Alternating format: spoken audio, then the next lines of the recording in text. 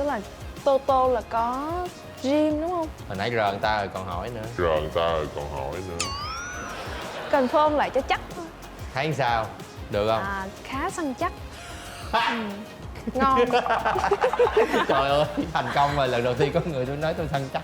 Trời ơi, chúc mừng, chúc mừng. Từ nay sẽ bỏ tập gym. Chẳng ra mấy ai cho tình yêu mà buồn phí hoài. Hãy học trò đi trước khi nhận lại hết tình yêu như ý thao. Hello, xin chào mọi người. Mình là Hoàng Trung. Mọi người hay gọi mình là Tô ấp 30 mùa bánh chưng rồi. Mình hiện tại đang làm co-founder cũng như là giám đốc truyền thông marketing của The Mansion Hội An, một cái villa nghỉ dưỡng ở Hội An. Sở thích của Trung thì Trung thích gặp nhiều người, hướng ngoại, thích chia sẻ, thích uống rượu vang, nói chuyện tình yêu, thích uống whisky, nói chuyện thất tình và thích uống bia để nói xấu thiên hạ. Trung là người vui vẻ, hòa đồng, mọi người cũng thấy là Trung khá là thân thiện. Tuy nhiên với lại những người nào mà thân thiết với mình, bạn thân hay người thân, ba mẹ các kiểu thì Trung hơi nóng tính một chút xíu. Bởi vì những người đó người ta đã hiểu mình rồi, mà có vấp váp gì đấy thì Trung hay nổi nóng. Mình song tính bisexual. Đối phương của Trung thì nếu như mà bạn đó có một giới tính đặc biệt giống như Trung thì quá hoàn hảo. Còn nếu không thì bạn đó sẽ có một cái sự chấp nhận, một sự thông cảm về cái giới tính khác biệt này của Trung. Dù ở giới tính nào thì Trung cũng thích Trung là người che chở cho đối phương. Cho nên nhỏ tuổi thì ok, còn không thì thử một trải nghiệm mới. Trung thì thích một người hướng nội chứ không phải là hướng ngoại. Justin xin được giới thiệu với lại chị Tonya. Đây là bạn Trung, Chào chị. mình còn gọi là Tô. Và đây là chị Tonya, là thạc sĩ giảng viên tâm lý giáo dục. Justin có rất là nhiều hồ sơ và đây là một cái hồ sơ cũng khá là đặc biệt. Không, nói nghe là chưa có cái hồ sơ nào không đặc biệt mà được em chọn. Em tự nói ra em cũng tự nghĩ. Cái từ đó hình như có vẻ nó thừa thãi lắm Dustin à. Dạ, nhưng mà mỗi lần em cầm một cái hồ sơ nào lên em cũng thật sự tim là rung, tim rung, dạ. chân cơ bắt đầu có một co giật hơi nhẹ. Dạ. Thật ra mà nói thì em không yêu ai 5 năm rồi. Đây không phải là chương trình đầu tiên để em tham gia để em tìm bạn. Sở dĩ mà em đồng ý với Tiên để em lên đây để em tìm lại cái cảm giác yêu. Cảm Tại giác vì yêu được Trung định nghĩa là sao ta? tức là nó có sự thổn thức, chứ mà trong 5 năm vừa qua thì em tập trung trong công việc của em xây dựng cái project dự án của em. Rồi em cũng có dating, em cũng có dùng app các kiểu tweet qua tweet lại để thỏa mãn được cái nhu cầu của mình. Em thích nói chuyện với đàn ông. Em thích âu yếm và ôm ấp. Thực tế thì chị vẫn cảm nhận là những cái bạn mà có xu hướng tính dục như Trung á thì các bạn sẽ phải đấu tranh nội tâm, và cái đời sống nội tâm của các bạn á nó khổ sở hơn nhiều so với người khác. Tại vì các bạn có quá nhiều đối tượng để lựa chọn. Đúng. Thực ra nha, ví dụ như các bạn chỉ có 3 bộ đồ trong tủ quần áo thôi, sáng bạn tốn rất ít thời gian cho cái việc chọn trang phục đi ra đường. Nhưng nếu như bạn có 30 bộ thì câu chuyện nó sẽ khác, tại vì bạn bắt đầu băn khoăn. Thế thì bây giờ với cái xu hướng tính dục của Trung nó cũng rơi vào cái trường hợp như vậy. Nghĩa là thà là mình chỉ chọn nam hoặc là chọn nữ thì cái việc mà bạn lọc đối tượng á nó rất là dễ dàng cho câu chuyện hẹn hò. Bây giờ thì quá nhiều đối tượng và với ai thì mình cũng có thể coi họ là đối tác tiềm năng hết, thì em dễ không chọn được một ai đó. Chị nói đúng, từ khi mình nhận thức được mình là ai, giới tính và xu hướng tính dục của mình nó như thế nào thì nó lại khó khăn hơn trong việc là em đi tìm một cái người nào đó để hẹn hò. Đó là em dùng lý trí quá nhiều. Em suy nghĩ về tương lai, nếu như mà mình quen một cô gái nào đấy mà mình tiến tới hôn nhân thì liệu là mình có phải yêu người ta đến suốt cuộc đời hay không? Nếu mà mình lại đi hẹn hò với một người đàn ông thì về việc thân xác thì dĩ nhiên đã có rồi, nhưng mà nó có đủ thỏa mãn cho mình hay không? Hay là chỉ dừng lại ở việc là nói chuyện ái áp với nhau không? Đôi khi mình dùng lý trí quá nhiều, chính vì vậy em mới tìm đến những cái chương trình hẹn hò như thế này. Tại vì em sống là để cảm xúc lên ngôi, em yêu cái đẹp, những người nào mà đẹp, dễ thương, nói chuyện có nội dung, có một tâm hồn đẹp thì em sẽ tiến tới với họ. Và em nghĩ đâu đó thì bây giờ mình đã đến một cái tuổi gọi là bớt lý trí đi một chút xíu để mình... Chị lại nghĩ cái tuổi này mình phải cần lý trí nó mới đúng chứ ta. Trời ơi, em lý trí bao nhiêu năm rồi, bây giờ em cần một cái cảm xúc nó dâng trào thì đâu đó có thể hôm nay mình sẽ gặp được một định mệnh của mình thì sao? Chị lại nghĩ gì nè, lý trí ở đây nó bao gồm cả cái việc đó là chúng ta khái niệm chính mình và chúng ta định nghĩa về tương lai. Cái lý trí mà Trung đang hình dung mà mình đã từng xài á, chị có cảm giác như cái lý trí đó nó lại nằm ở sự tính toán. Chính vì em tính toán quá kỹ cho nên với bất cứ một cái sự lựa chọn nào em cũng cảm giác là nó không phải là sự lựa chọn cuối cùng và không an toàn. Dạ. Nhưng mà đôi khi chúng ta sử dụng lý trí còn cho một việc nữa, đó là gọt giũa bớt những thứ mà thuộc về cái kỳ vọng của cá nhân. Ví dụ như khi em chọn lựa một cô gái thì em cũng phải vì cái lý trí đó mà em biết được rằng trong mối quan hệ này để sống đúng với nó, mình buộc phải bỏ qua một vài thứ thuộc về cái nhu cầu của chính mình, kỳ vọng của chính mình. Hoặc là ngược lại, ok, bây giờ mình sẽ chọn một người nam thì em cũng phải có một cái định nghĩa về tương lai để em hài lòng với cái đối tượng đó. Dạ. Tại vì chị nghĩ thực ra cảm xúc á, nó sẽ có một cái cơ chế, đó là cái cơ chế thích nghi và sự bảo hòa. Cho nên là ví dụ như tình yêu sét đánh hoặc là say nắng gì đó, ban đầu nó rất là dữ dội nha. Nhưng mà sau đó rồi con người ta bắt đầu đi thích nghi thì người ta cũng cảm thấy ở đối tượng cũng thường thôi. Đó là lý do mà sau này trong hôn nhân, những cái cuộc hôn nhân rất chính thống, những cuộc hôn nhân mà nó đầy đủ tư cách từ pháp luật với đạo đức, người ta vẫn đi ngoại tình. Mặc dù bắt đầu cuộc hôn nhân đó là một tình yêu vô cùng nồng thắm. Người ta ngoại tình nhưng người ta không có ý định bỏ gia đình nha. Nó lại bi kịch ở chỗ đó là vì đơn giản thôi là người ta bắt đầu bị chai lì cái cảm xúc đó đi. Thế thì nếu như mà mình cứ đòi cảm xúc phải là điều tối thượng á, thì có thể mình lại tiếp tục đối diện với những cái tháng ngày sau này mình lại không hài lòng về cái người mình đã chọn trước đây thì sao? Sự thổn thức ngày hôm nay chắc chắn có thể em sẽ có, thậm chí nó mạnh nữa là khác. Em tin là Trung là một người đi tìm sự thổn thức. Trung sẽ luôn luôn biết cách tìm nó ở đâu. Trung đã đến chương trình này với một cái sự chủ động chị. Ê khoan nha, nó lại còn thêm một chuyện nữa, cái sự thổn thức đó là phải do cái đối phương còn lại người ta góp vốn nữa. Đúng rồi, người ta tạo ra. Cho nên ví dụ như đối phương ngày hôm nay tại thời điểm này tại nó mới cho nên nó thổn thức. Nhưng ví dụ như các bạn đi đường dài với nhau, Trung thì luôn kỳ vọng và yêu cầu sự thổn thức, nhưng bên kia thì người ta quá an toàn thì nó nguy cơ. Trung có bao giờ bị đau khổ vì một mối quan hệ trước đây chưa? Tình đầu dang dở là do em yêu bạn thân em. Cảm giác đầu tiên mà cho em thấy em có cảm giác với người đàn ông. Trước đó thì em dating với lại những bạn nữ. Và sau bạn đó thì em vẫn có một bạn nữ đi với em khoảng 5 rưỡi nữa. Lúc đấy thì hai đứa lớp 11 thì vẫn chưa định nghĩa được cái giới tính và xu hướng tính dục của mình. Sau đó vẫn thích âu yếm nhau. Bởi vậy em mới hay nói là em thích nói chuyện với đàn ông, thích nắm tay, thích này nọ, nhưng mà cũng không có thích quan hệ thể xác lắm. Thì đó là cái cảm giác từ đó đến bây giờ. Bạn đó chia tay em trong lúc hai đứa rất là hạnh phúc. Lý do là bạn đó không muốn làm khổ gia đình. Và sau này thì em có một cái mối tình đơn phương khác cũng với một người bạn thân khác. Trung rất là thích nói chuyện trước và cái người mà hợp với Trung chính là một cái người bạn tâm giao. Và em cũng một mối tình đơn phương khoảng mấy tháng đó, nhưng mà em rất là đau khổ lúc đó là có Yahoo blog. Em tự lập riêng một cái blog private của mình, tự viết tâm thư lên trên đấy, nói hết những cái điều của mình. Và khi mà em đi với lại một bạn nữ nào đấy mà dating một khoảng thời gian dài, như chị nói, em bỏ qua hết tất cả những cái mà xung quanh mình.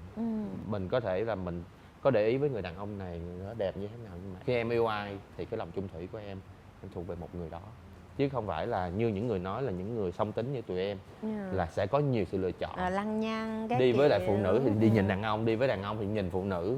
No, đó là thuộc về lý trí của mọi người. Đúng rồi. Sự chung thủy của mọi người là mình quyết định mình đi với ai con đường dài thì mình sẽ đi với người đó luôn. Thế thì trong tất cả những cái mối quan hệ trước đây khi mà nó buộc phải kết thúc á, thì nó kết thúc là bởi vì cái sự thổn thức của em nó giảm đi, hay là bởi vì trong nội tại cái mối quan hệ đó nó có vấn đề và mình không thể nào đi tiếp? Em từng xảy ra hai cái gần đây nhất, đó là do sự chai lì trong cảm xúc, không tìm thấy những cái gì mới của nhau. Có khi nào em thông tin lại cho cái người kia rằng là thực ra em đang cảm thấy mọi sự nó bắt đầu nhàm chán không? Cả hai đều cảm nhận được và cả hai đều im lặng. Cảm nhận được mà im lặng, ở đó mới là vấn đề. Thực ra chị nghĩ cái kỳ vọng về việc là chúng ta phải có rất nhiều cung bậc cảm xúc trong một cái quan hệ tình cảm á, là một cái điều rất là chính đáng và ai cũng có quyền mưu cầu cái điều đó. Nhưng chúng ta thường không chơi đẹp với nhau và sòng phẳng với nhau ở một chỗ, đó là chúng ta hay im lặng và mặc nhiên rằng đó là vấn đề không thể giải quyết. Thực tế thì nó đòi hỏi cái sự trao đổi.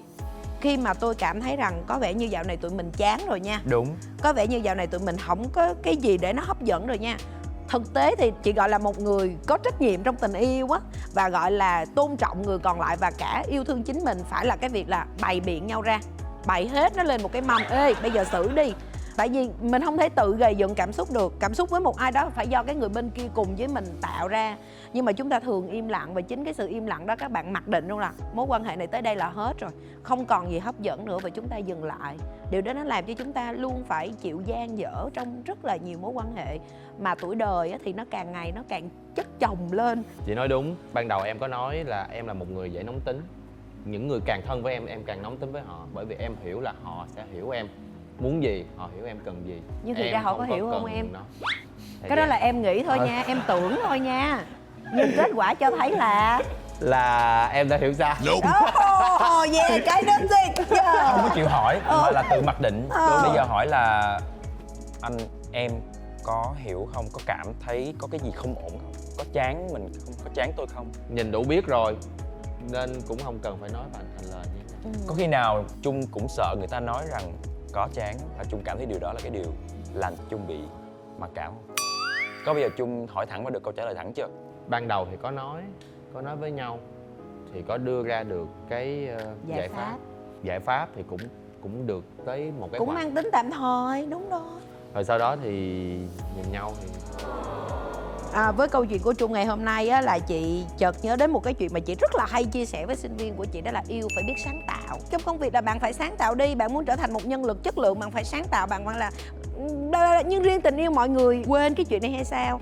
Chúng ta cần sự sáng tạo để đối phó lại và xử lý cái câu chuyện thuộc về cơ chế tâm lý, đó là cơ chế thích nghi. Đó là cái chuyện thứ nhất. Cái thứ hai đó là mọi giải pháp á, nó chỉ đúng trong những cái cảnh huống nhất định thôi.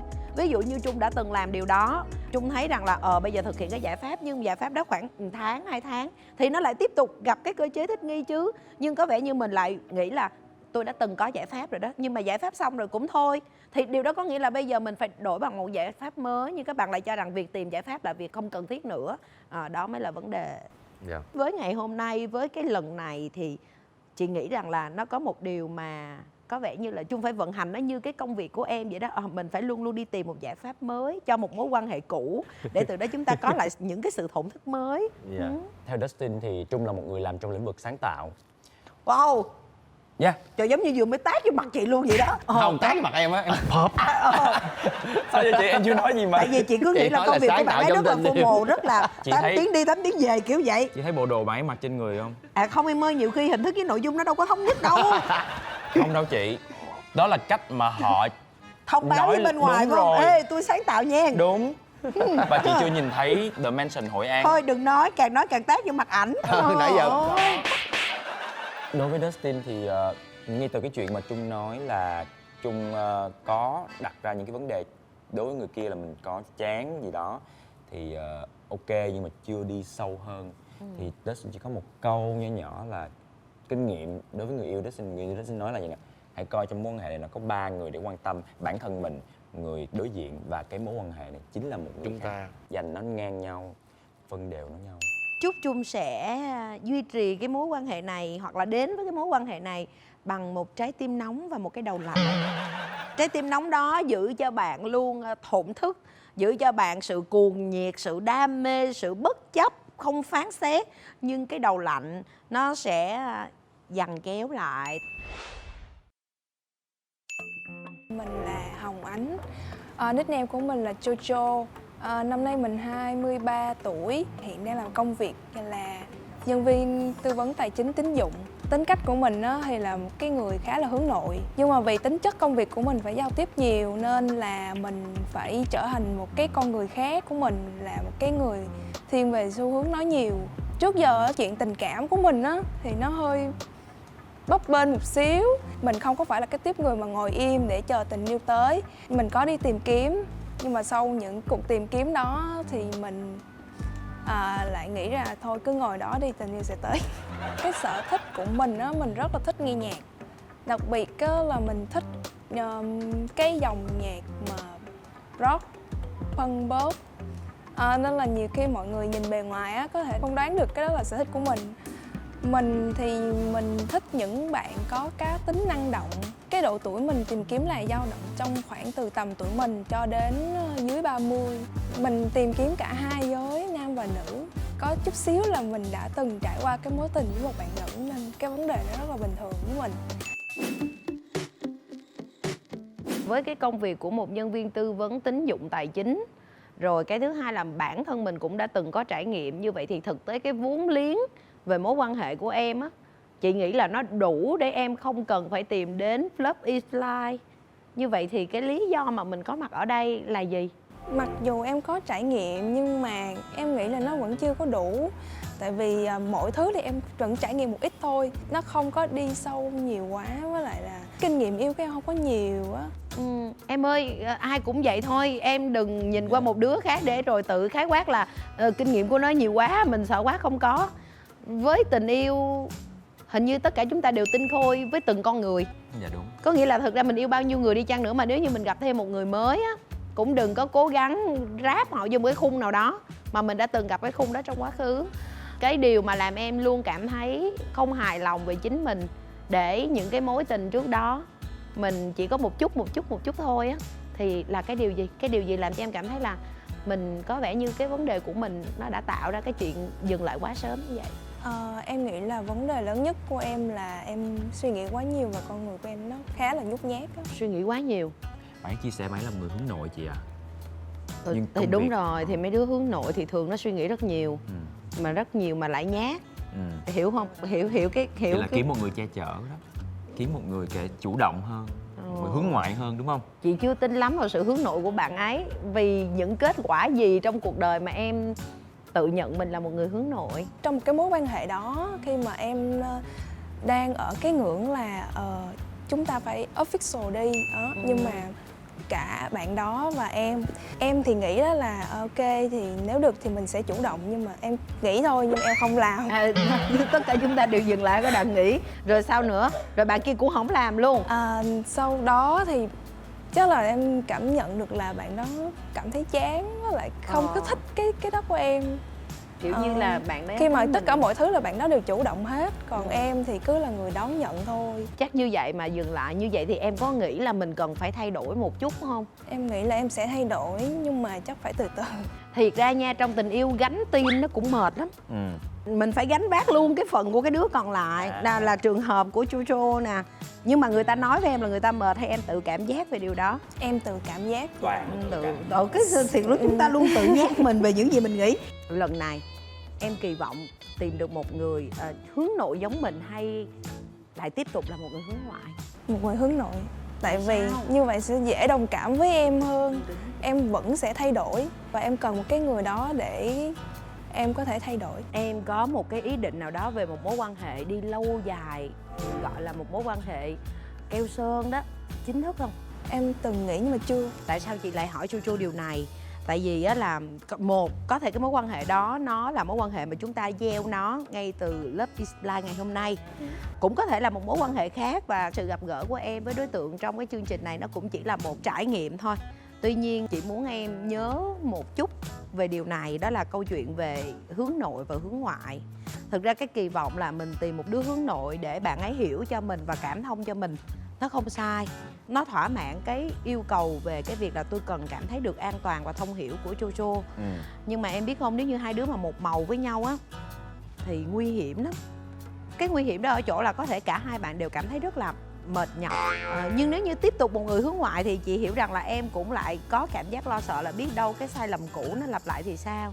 Thế thì trong cái tương tác tâm lý á, đặc biệt là trong tương tác tình cảm nữa, người ta nói nhiều về sự mài dũa. Bạn bớt một chút, tôi bớt một chút. Bạn hãy chịu khó gồng lên một chút, tôi sẽ được phép lùn lại một chút. Có nghĩa là đó phải là một quá trình mà cả hai đều phải thay đổi. Em đừng cố gắng đi tìm một người hướng nội hoặc buộc phải là một người hướng ngoại, mà hãy tìm một cái người nào đó mà có thể cả hai sẽ phải thay đổi vị trí cho nhau. Điều đó có nghĩa là em phải chuẩn bị luôn tâm thế về việc là mình buộc phải bước ra khỏi hình ảnh của một người hướng nội như từ trước tới giờ, để đôi khi mình gánh vác bớt cái trách nhiệm chủ động cho cái bên còn lại. Chứ nếu như bên kia nó gồng quá cũng tội nó em. Dustin rất là đồng ý với cái điều chị Tô Nha vừa mới nói luôn. Chúng ta không sinh ra để được lựa chọn theo cái cách mà mình muốn, hoặc là lựa chọn người mà mình muốn, nhưng chúng ta có khả năng thích nghi. Tôi mài bên đây để tôi có thể gắn vào cái cục kia, Đúng rồi. hoặc là tôi mài đầu này tôi gắn vào cục này. Hoặc Được là hết. có những cái thứ nó thuộc về tôn nghiêm của bản thân, em không cần phải mài. Và người bên kia nếu như đủ yêu thương em, họ buộc phải mài cái phần của họ. Đó cũng là một cái dấu hiệu để chúng ta nhận biết rằng là thực ra thì ai là cái người vì mình, và cái mối tình nào là một cái mối tình mà nó đầy phụng sự, nó đầy hiến dâng và người ta chịu vì mình. Nó cũng là những cái dấu hiệu cho thấy. Nhưng mà bánh ít đi thì bánh quy lại. Ông bà mình nói một cách rất dễ hiểu rồi, cho nên sẽ có những lúc người ta vì mình. thì cũng sẽ phải có những chỗ mình vì người ta. Nếu như nói về cái câu chuyện về thuộc về hướng nội và hướng ngoại, cái quá trình mà mài dũa đó nó dài nha Jojo. Dạ. Tại vì cái khí chất là thứ mà rất là khó thay đổi, vì nó còn liên quan đến hệ thần kinh và nhịp độ thần kinh. Với cái câu chuyện ngày hôm nay mình nói chuyện với nhau và em tự tăng áp lực lên cho mình, ủa như vậy là tôi phải thay đổi hả, rồi em cảm thấy căng thẳng về điều đó thì cũng không cần thiết. Chỉ có điều là hãy lưu ý rằng là cái điều này là cần phải được dịch chuyển. Cảm ơn Jojo, cảm ơn chị Tô Nha. Dạ. Chúng ta sẽ chờ đợi cái bất ngờ nào đến với Jojo trong tập này ha. Dạ. Cảm ơn anh chị nhiều.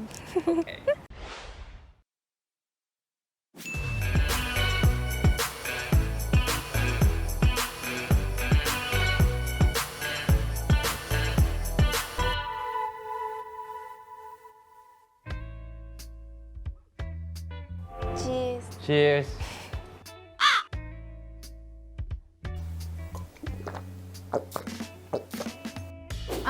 Mình là Jojo, mình năm nay 23 tuổi. Công việc chính của mình là làm chuyên viên tư vấn tài chính và tín dụng. Hello Jojo, mình là Toto. Mình là Hoàng Trung, ông nội đặt tên là Toto nhưng mà bạn bè gọi là Tô Ấp. Trung hiện nay đang làm marketing cũng như là co-founder của một cái villa nghỉ dưỡng tên là The Mansion ở Hội An. Tô thì là một người khá là hướng ngoại và thích sáng tạo. Rất vui khi được gặp bạn trong ngày hôm nay. Rất vui được gặp bạn. Bạn chọn lifestyle theo hướng truyền thống phương Đông châu Á hay theo hướng phương Tây? Cá nhân mình á, thì mình rất là thích những cái thiên về châu Á. Tôi thích sự giao thoa văn hóa. Sở dĩ một phần tôi chọn Hội An là nơi để khởi nghiệp của mình, đó là nơi có sự giao thoa văn hóa rất là nhiều.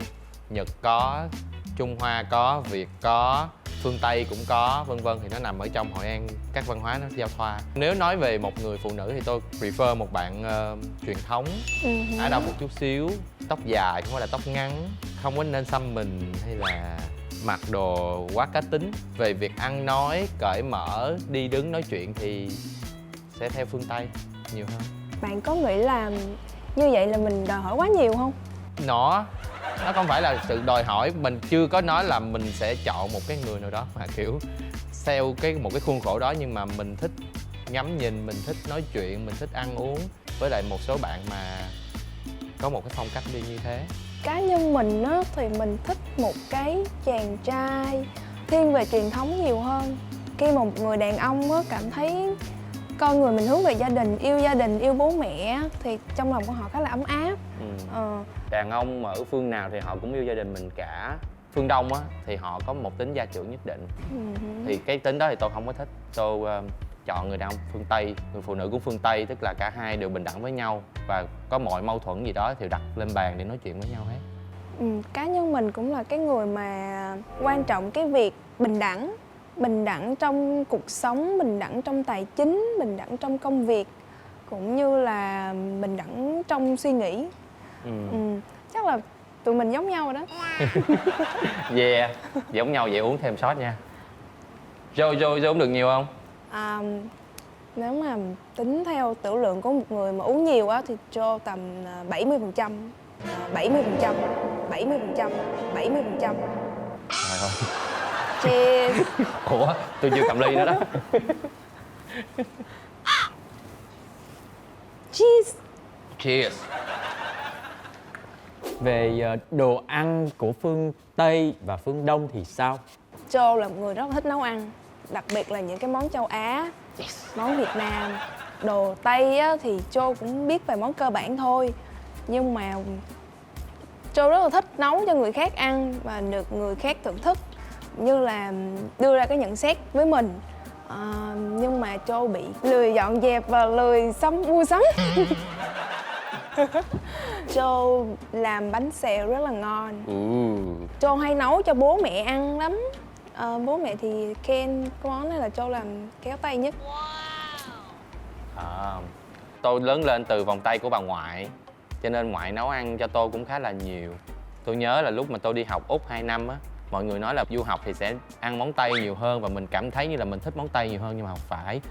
Trước khi tôi đi học thì bà ngoại đã dạy nấu ăn thịt kho hột vịt, mắm ruốc, bà ngoại gói cho một cái mắm mang qua bển tự hâm tự ăn, thịt luộc vân vân. Tôi lại thích đồ ăn châu Á nhiều hơn. Và bánh xèo là một món thì tôi cũng thích, tại vì tôi ở quận 6 mà Ở Sài Gòn, ở quận 6 thì nơi đó là đồ Hoa cũng nhiều, đồ Việt mà cũng nhiều, như là bánh xèo, bún mắm các kiểu cũng nổi tiếng. Tôi cũng thích rửa chén.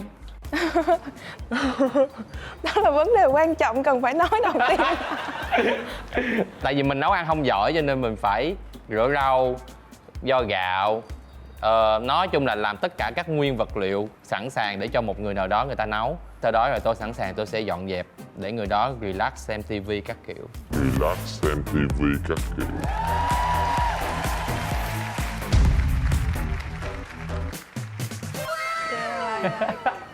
Trời ơi. Instagram hay Facebook? 1, Instagram. 2, 3. Facebook. Không wifi trong một tuần hoặc là không sex trong một tuần. 1, 2, 3. Không Không sex trong một sex trong tuần. một tuần. Hỏi cái này nó hơi bị tế nhị thế. Không sex với người khác nhưng mà có thể tự thử được. Tùy bạn. Oh my god. Ôi xin lỗi cô gái truyền thống bên kia. Không có wifi hay không có 3G nó rất là khó chịu. Tại vì mình là người cập nhật liên tục, mình là người thích chia sẻ. Tôi là người hướng ngoại cho nên tất cả những cái cảm xúc của mình không nói được với lại người đối phương, mình không nói tại vì đang ế mà cho nên không có ai để nói chuyện cho nên mình sẽ nói chuyện với cộng đồng của mình. Không wifi, không 3G mình không thể nào mình chia sẻ và mình nhận được những cái lời chia sẻ, những lời comment hay những lời khuyên từ những bạn bè hay người thân của mình. Thà là bức bối theo cái kia thì nó đỡ hơn là bức bối theo kiểu là bực dọc hay hạnh phúc mà không thể nói được. Yeah. Bạn chọn trở về quá khứ hay là đi đến tương lai? 1, 2, 3. Trở Trở về quá khứ. Bạn chọn tàng hình trong một ngày hay biết bay trong một ngày? 1, 2, 3. Tàng hình trong một ngày. Để xem người khác tắm. Yêu. Yêu. Khám phá thế giới của người khác. Những cái mà mình không thể thấy được khi mà họ tiếp xúc với mình. Joe sẽ muốn nhìn về gia đình hơn. Xem là trong lúc mà mình đang ở đây như thế này, trong lúc mà mẹ lúc nào cũng nói ok con, mẹ rất là tốt, ở nhà rất là khỏe.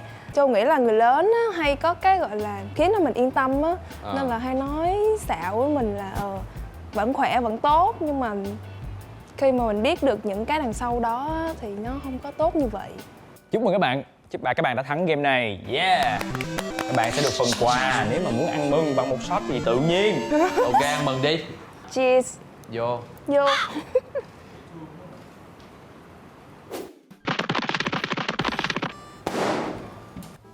Có không? Rồi, chúng ta hãy trở về ghế. Bịt mắt và khiêu vũ cùng nhau. Rồi, Dạ sao? Dạ sao? Ok. Ôi, sao truyền thống kỹ vậy? Ok. Ok. Ok.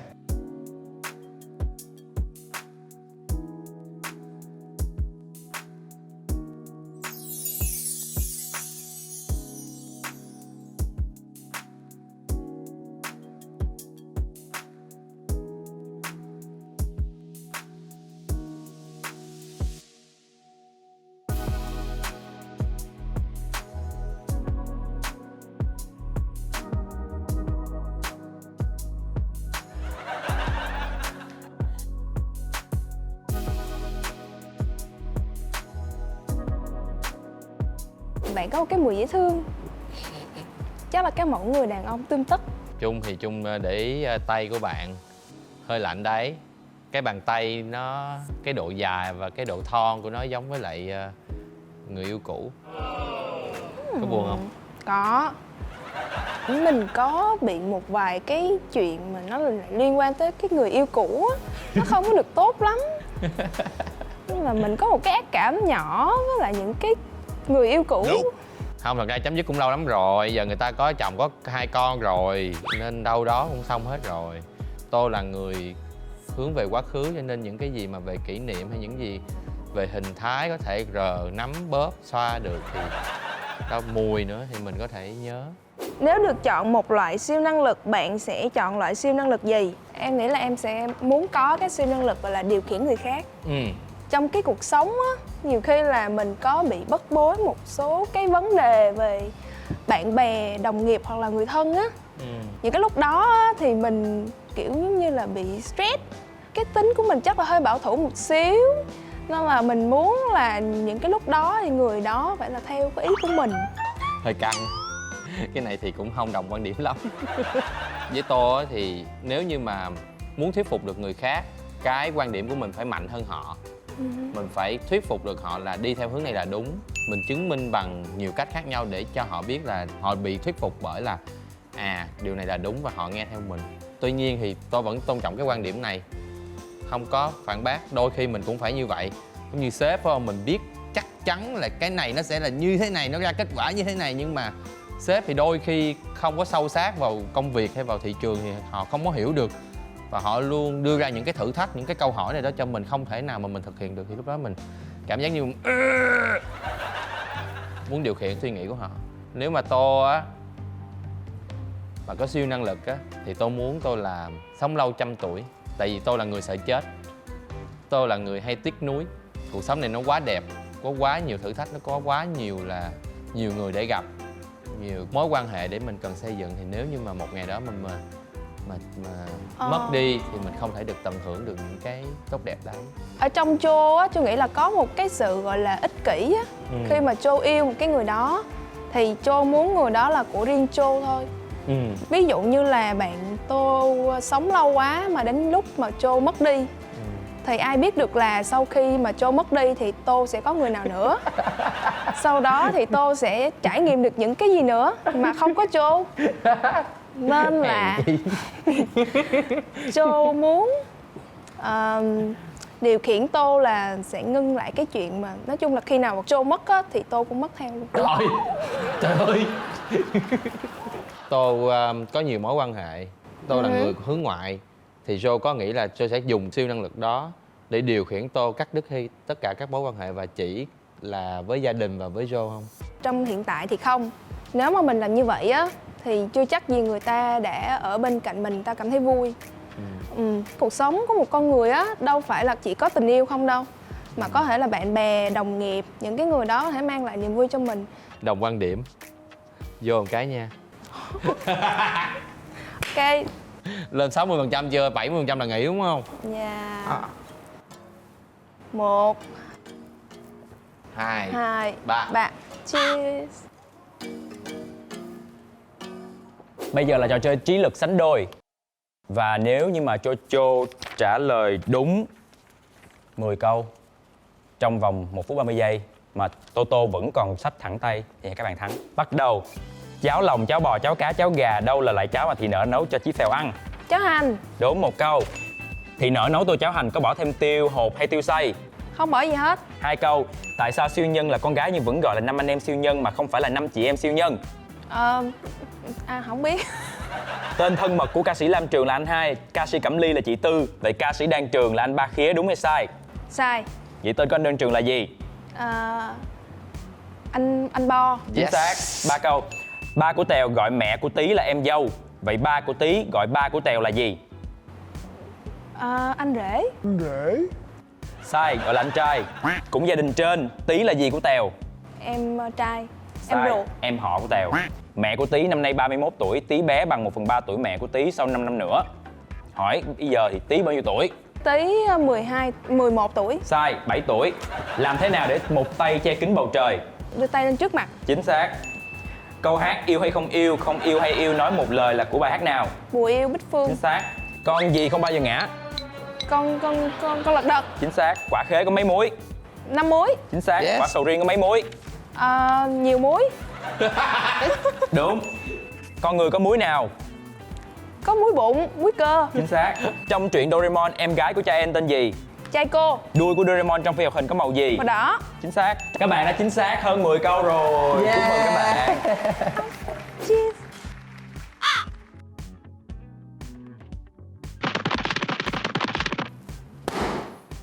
Trao đổi quà cho nhau. Ok, quà của các bạn nằm trong cái hộc tủ và dưới cái bàn đằng sau lưng.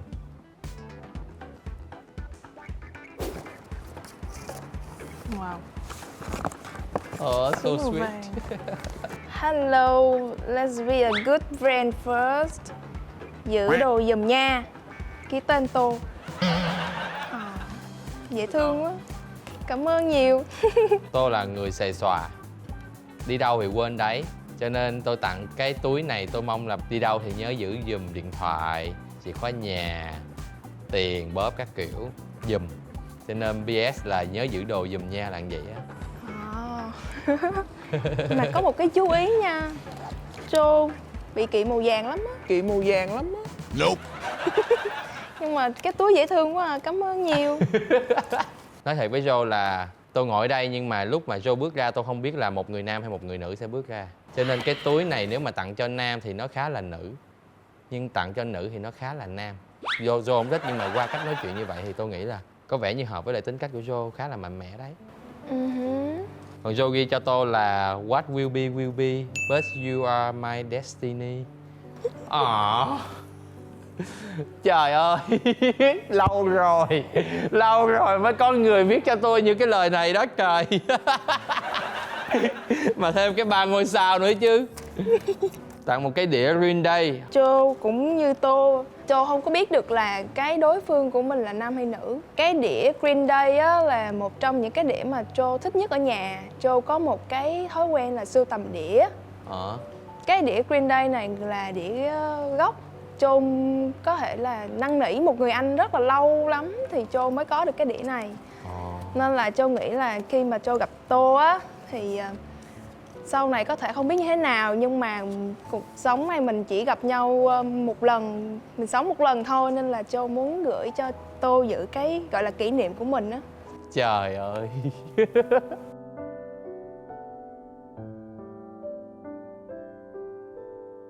Thói quen của Tô ngày xưa bây giờ thì hết rồi, tại vì đĩa nó không còn nữa. Đó là tôi đi sưu tầm đĩa. Tôi chạy từ quận 6, đạp xe đạp chạy ra tới Uyên. Tiệm Uyên ở trên đường Nguyễn Thị Minh Khai, bây giờ nó là 7-Eleven rồi. Thì cái tiệm đó rất nổi tiếng ở Sài Gòn và luôn bán đĩa gốc của các nghệ sĩ quốc tế. Ra ngoài mua cái đĩa gốc soundtrack của Giày Thủy Tinh để nghe. Mà cầm cái đĩa này thì cũng hơi xúc động đấy. Sẽ mở nghe khi mà lái xe đấy. Joe cũng mong là Tô thích cái dòng nhạc này. Nó hơi bị hardcore đúng không? Đúng rồi. Có bao giờ nghe bolero không? Joe có nghe chung với bố. Thích nghe không? Chắc là không. Ok, vậy mình khác nhau rồi đó. Mai mốt đi chơi xa thì nửa tiếng người này, nửa tiếng người kia nghe nhạc nha. Ok. Khi yêu nhau, cả hai có nên độc lập rõ ràng về tài chính hay không? Joe nghĩ là có. Me too. Đó cũng là một trong những cái mà Joe hay bị mắc kẹt trong những cái mối quan hệ của Joe. Joe có một cái quyết định là khi mà mình bắt đầu một mối quan hệ mới á, thì mình nên rõ ràng cái chuyện này. Yêu lâu rồi mình có thể lập gia đình với nhau á, thì khi mà mình lập gia đình thì mình nên có hai nguồn tài chính rõ ràng. Mỗi người sẽ có tài chính riêng, ok, chuyện đó thì bình thường thôi. Nhưng mà sẽ có một cái nguồn chung á. Với lại là khi mà mình quen nhau, khi mà mình trải qua chuyện hẹn hò á, thì cái chuyện tình phí cũng là cái chuyện mà chắc chắn phải có. Nên Châu nghĩ là chuyện đó là chắc chắn. Lúc mà tôi đi học ở bên Úc á, thì tôi có gặp hai anh chị luật sư đó. Thì tôi có hỏi về việc là tài chính của hai người như thế nào trong lúc chán anh chán em, rồi nhậu nhẹt các kiểu. Thì họ mới nói là như thế này. Tụi tôi thì vẫn có hai nguồn giống như Joe nói. Nhưng không phải là chồng tôi đóng 100 đô vô cái quỹ chung thì tôi sẽ đóng 100 đô vô quỹ chung. Chúng tôi sẽ có cách là chia theo phần trăm của tiền lương của hai người. Tức là ví dụ như tôi kiếm được 10 triệu, Joe kiếm được 20 triệu thì 10% của tôi sẽ bỏ vô quỹ chung và 10% của Joe sẽ bỏ vô quỹ chung. Tôi đồng ý quan điểm của Joe, rất là truyền thống nhưng rất hiện đại đấy. Mẫu người mà nãy tôi nói từ đầu đấy, truyền thống nhưng rất hiện đại, chăm lo gia đình nhưng mà rất sòng phẳng về tài chính. Bởi vì mình sẽ còn có những nhu cầu riêng của bản thân nữa. Đúng. Bên cạnh đó là nhu cầu chung của cả hai, đúng không? Đúng. Cho nên là mình cần có một cái khoản chi tiêu riêng dành cho bản thân mình và dành cho gia đình của mình nữa, đúng không? Đúng, chính xác. Trong trường hợp một trong hai bạn vì một lý do nào đó không có công việc, không có thu nhập, các bạn có tiến đến tìm hiểu nhau không? Em nghĩ cái chuyện tình cảm là cái chuyện khó nói. Còn về tài chính thì đương nhiên là phải rạch rồi. Có thể là trong cái mối quan hệ của mình bước đầu á, là mình có thể cover được người đó, mình có thể trợ giúp, hoặc là mình có thể san sẻ bớt gánh nặng về tài chính với người đó. Nhưng sau đó Joe cần cái sự gọi là hợp tác trở lại á.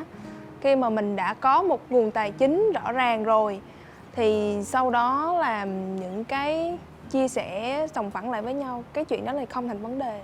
Thật ra cái quỹ chung của bọn mình cũng là để cover cái chuyện đó.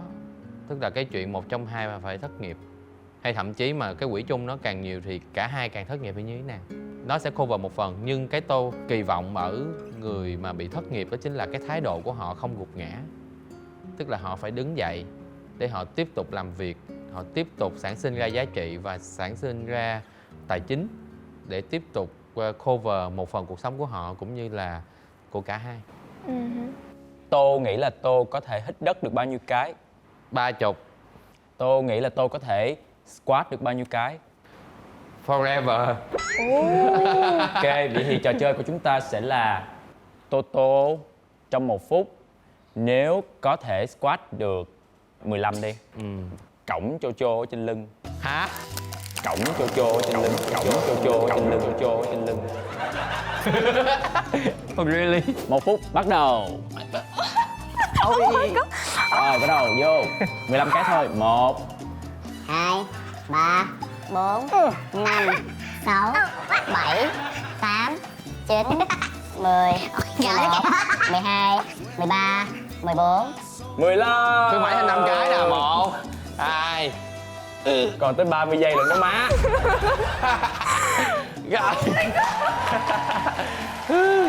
Rồi trở về chí cũ. Sau khi mà cõng Jojo á thì thấy nặng hay là nhẹ hay là vừa? Thấy tỉnh rượu luôn á. Nói chứ cũng ok, nhẹ hơn mức tạ mình hay gánh ngày. Wow, tức là Toto là có gym đúng không? Hồi nãy rờ người ta rồi còn hỏi nữa. Rồi người ta rồi còn hỏi nữa. Confirm lại cho chắc thôi. Thấy sao? Được không? Khá săn chắc. Ngon. Trời ơi, thành công rồi, lần đầu tiên có người tôi nói tôi săn chắc. Trời ơi, chúc mừng, chúc mừng. Từ nay sẽ bỏ tập gym. Joe thích cái mẫu người nó hơi fit người thôi, không cần phải săn chắc quá. Joe Six thích pack hay là bụng mỡ? bụng mỡ. Ok, vậy thôi khỏi cần tập bụng nữa. Ok, chúc mừng hai bạn đã chiến thắng trò chơi cuối cùng. Ảnh lúc nhỏ của đối phương. Ảnh lúc nhỏ của đối phương sẽ nằm ở dưới cái tấm khăn ở trên ghế. Ây da. Wow. Giờ tóc còn ngắn giống vậy không? Không, Joe tóc dài. Ok. Bây giờ đối Joe trước. Trong hai người đó, người nào là Tô? Cái người mặc áo trắng á, cái người ở bên phải là Toto đúng không? Người mà đang há hốc mồm mà. Đúng rồi. Nó đó.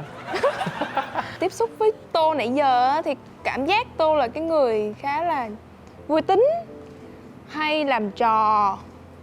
Nên là chắc là cái bạn đang hả miệng này chắc là Toto rồi. Không phải đâu, do ông photographer hại á. Đang hát cho nên ông chụp ngay cạnh hết á. Nhưng mà đúng rồi đó. Còn Joe đó là một người khá là mạnh mẽ. Không phải ôm búp bê mà ôm con gấu. Đầm không phải cũng đầm hoa này nọ nữa mà đầm con gấu. Mặc dù đứng kế hoa. Chuột Mickey cũng là chuột Mickey nam chứ không phải là chuột Mickey nữ nữa chứ. Okay. Nhìn cũng khá là cute. Mắt to nha. Đúng. Em gái em út Tô mắt to. Hồi xưa mẹ ước là con trai lớn bàn tay đẹp thì bàn tay Tô đã đẹp rồi. Con trai giữa thì sao cũng được thì sinh ra nó xấu quắc. Còn nhỏ em gái thì nói mắt to giống như ca sĩ Phương Thảo Ngọc Lễ thì sinh ra thì là mắt khá là to. Cho nên Tô hay ấn tượng với con gái mắt to. Xin đấy. Cảm ơn. Friends with benefits, yes or no? Hồi xưa friend with benefit tức là những người bạn mà mình gặp mặt, mình học tập, mình sinh hoạt chung, rồi sau đó mình phát sinh tình cảm, rồi nhu cầu các kiểu thì mình tiến tới với họ. Bây giờ mấy cái app dating nó cũng khá là nhiều, Tinder rồi một số app khác nữa thì mình có thể là friend trước rồi sau đó mình benefit sau đúng không? Thì tôi nghĩ yes, cái đó là up to the mood. Mình like người này, mình match với người này, sau đó mình chat, mình cảm thấy ok, nói chuyện thú vị, mình hẹn ra mình uống whisky, cảm xúc nó thăng hoa thì ok, tiến tới thôi. Nó đâu có gì là xấu đâu. Joe sẽ không gay gắt về cái vấn đề này, nhưng mà Joe nghĩ là Joe sẽ không ủng hộ lắm. Sex khi mà không có tình cảm gì hết với đối phương, mình chỉ đơn giản là thỏa mãn cái nhu cầu của mình thôi. Chắc gì mà khi mà mình sex với đối phương như vậy á thì mà mình không có nảy sinh tình cảm với người đó. Friend with benefit á, tức là nó hơn cái one night stand ở cái chỗ là người ta có thể sex với nhau nhiều lần mà không có tình cảm. Trong một số trường hợp á, thì hai bạn đó có thể là giao kèo với nhau là ok, khi mà một trong hai người có tình cảm với nhau á thì cái mối quan hệ này sẽ over. Châu thì Châu không chắc là bản thân khi mà sex với nhau nhiều như vậy là không nảy sinh tình cảm, nên là Châu nghĩ cái vấn đề friend with benefit là Châu không có ủng hộ lắm. Hay là tại vì mình già mình nghĩ vậy ta? Tùy theo cảm xúc lúc đó mình sẽ như thế nào. Nếu như mà cảm xúc lúc đó mình cảm thấy mình thích họ và mình muốn sex với họ thì mình sẽ sex. Sau khi mình sex xong, cả hai đơn, nếu như mà còn tiếp tục mà muốn sex nữa thì lúc đó tôi nghĩ là tôi sẽ không sex với người đó nữa. Mà nó sẽ là một cái mối quan hệ nào đấy gọi là có tên gọi, chứ không phải là một cái mối quan hệ lững lơ. Vì Châu là cái người chia ra rất là rõ ràng giữa love, one night stand và friend with benefit á. Như Tô nói, tức là khi mà mình sex một lần như vậy á, thì gọi là one night stand. Còn friend with benefit là mình có thể lặp lại cái việc đó nhiều lần. Tô cũng phân biệt giữa one night stand với lại friend with benefit. Friend with benefit tức là mình đã biết người đó rồi, mình đã ngồi nói chuyện với họ rồi và mình đã tiếp xúc với họ rồi, và một lúc nào đó mình cảm thấy như là mình có cảm xúc với họ và mình cảm thấy như mình muốn sex với họ thì mình sẽ làm chuyện đó. Còn với lại one night stand tức là ok, xỉn lên rồi mặc kệ, người ngồi nằm kế bên là ai xử, hay là ok trong một cái không gian có hai người chẳng rồi lúc đó thì có nhu cầu thì xử. Nó cũng chẳng có phải có một cái bước trước đó, đó là một bước nói chuyện với nhau và hiểu nhau, tiếp xúc với nhau, sau đấy thì mình mới làm chuyện đấy. Vậy là chúng ta có vẻ khác nhau về cái vấn đề này. Vậy thì sorry nha. Không If có it sao. hurts. Đâu phải ai cũng giống như nhau đâu. Châu cảm thấy như mà Tô có quan điểm như vậy và có thể cái quan điểm đó nó đã có thật sự nó xảy ra rồi, tức là trong cuộc sống của Tô cũng đã friend with benefit cũng với một số người, thì Châu nghĩ Châu có thể chấp nhận. Mình có thể yêu một cái người mà trước đó có friend with benefit, nhưng mà chúng ta đã xác định được là chúng ta yêu nhau á. Người đó có friend with benefit là Châu hoàn toàn không đồng ý cái chuyện đó. Ok. Châu rất khá là gay gắt về cái vấn đề đó. Tôi cũng vậy. Theo bạn có hay không khái niệm trụ cột gia đình? Nếu có, trụ cột có nghĩa là gì và trụ cột về điều gì?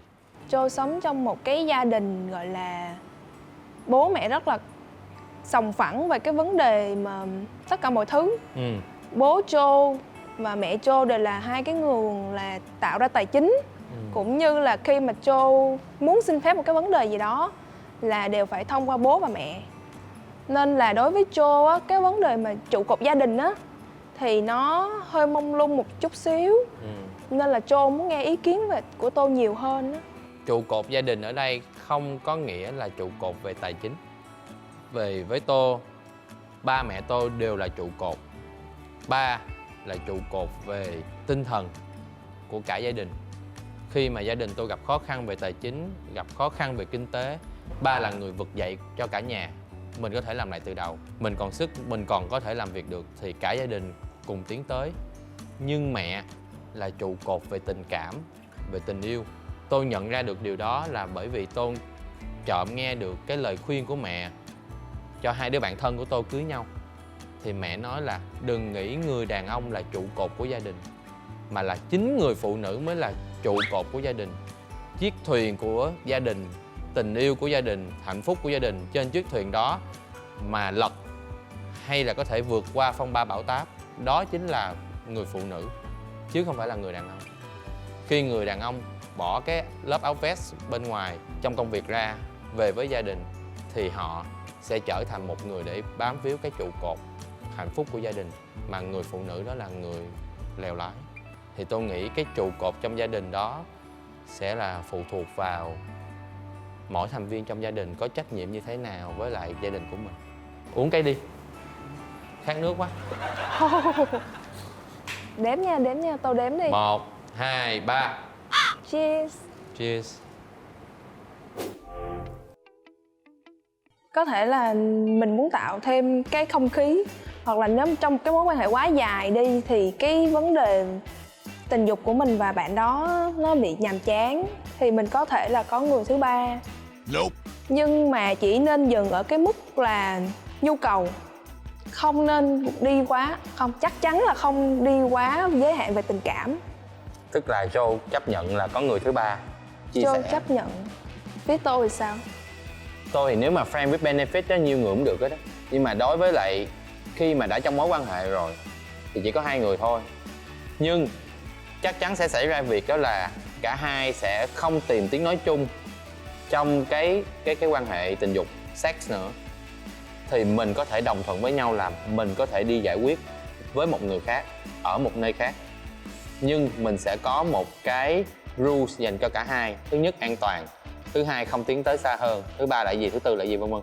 Nhưng tôi sẽ không chấp nhận cái việc là mình sẽ chia sẻ cái người yêu của mình với một người khác. Lúc đó thì tôi nghĩ đó là không còn là người yêu nữa mà đó là một người tình. Cho nên là tôi nghĩ là nếu mà nam nữ gì cũng được, tôi ok hết. Nhưng mà làm gì làm mình vẫn biết, nhưng mà khuất mặt mình không thấy. Chứ mình không thể chia sẻ được một người nào đó xuất hiện ở trên giường với một người mà đã in long term relationship với tôi. Nhưng mà vấn đề về cái nhu cầu thì sao? Ví dụ như là Joe là người cảm thấy nhàm chán và cần một cái nhu cầu cao hơn thì sao? Joe thích điều đó thì sao? Và Joe muốn điều đó. Ok. Đó là Joe thích thì chúng ta cả hai đều phải tìm tiếng nói chung. Yeah.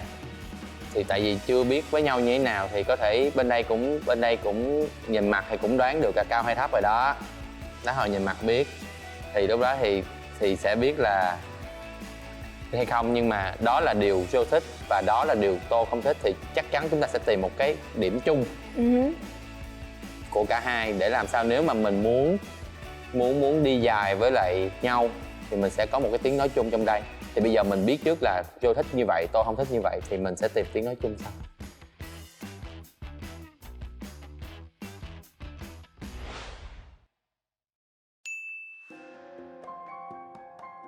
Và bây giờ là kết quả 10 9 8 7 6 5 4 3 2 1 bước tới. Xin chào. Hello. Không cái cá tính hơn tôi nghĩ đấy. Lâu lắm rồi chưa có tìm được một cái người mà có giới tính đặc biệt giống như mình, mà là nữ mà chấp nhận chương trình để dating để... Như Joe tưởng tượng là một cái bạn mà nó thiên về cái ngoại hình mỏng manh hơn xíu. Có biết cách ăn nói, lời văn tốt, nhiều kinh nghiệm. Đúng là Joe đang tìm một người nhiều kinh nghiệm để mà mình có thể học hỏi được nhiều ở cái người đó. Tôi thì đi hướng ngoại, đi làm việc, đi xây dựng các mối quan hệ ngoài xã hội khá là nhiều. Nhưng mà trong thâm tâm vẫn là gia đình là trên hết. Mà Joe nói về ba, về mẹ, về món ăn Việt, về việc chăm sóc gia đình, tất cả mọi thứ, một cái sự tự hào. Thì đó là một cái mà tôi thích ở Joe. Đó là giá trị gia đình là giá trị trên hết. Thì đối với cá nhân Joe á, gia đình vẫn là nhất. Sau đó mới tới bản thân mình. Sau đó mới tới tình yêu. Ok, mình bàn cái vấn đề này sau. Các bạn có nghĩ là mình sẽ có một buổi hẹn thứ hai với nhau không? Yeah, tất nhiên rồi. Chắc chắn có, sẽ nói chuyện nhiều hơn. Ôm chặt vô nè.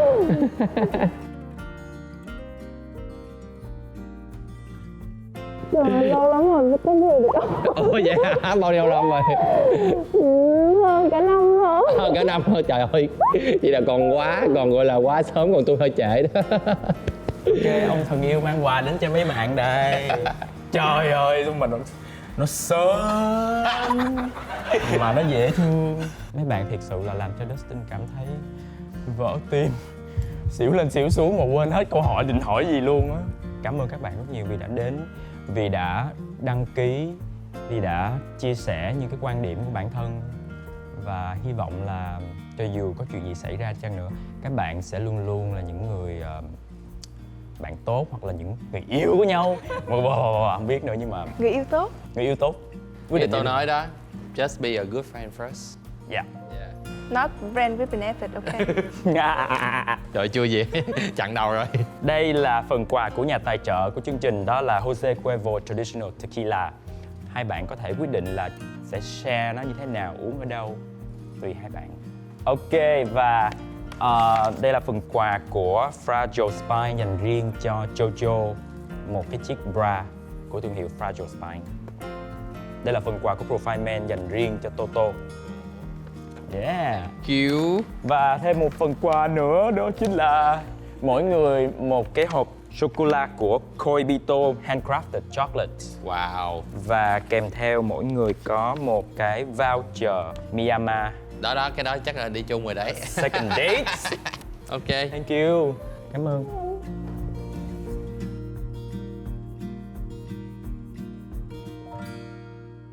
Ok, cảm ơn mọi người rất nhiều. Và đó là Love is Blind. Ok, bye bye mọi người. Love is blind, baby.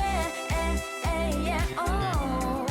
Trên trần gian mấy ai cho tình yêu mà muốn phí hoài. Hãy học trò đi trước khi nhìn lại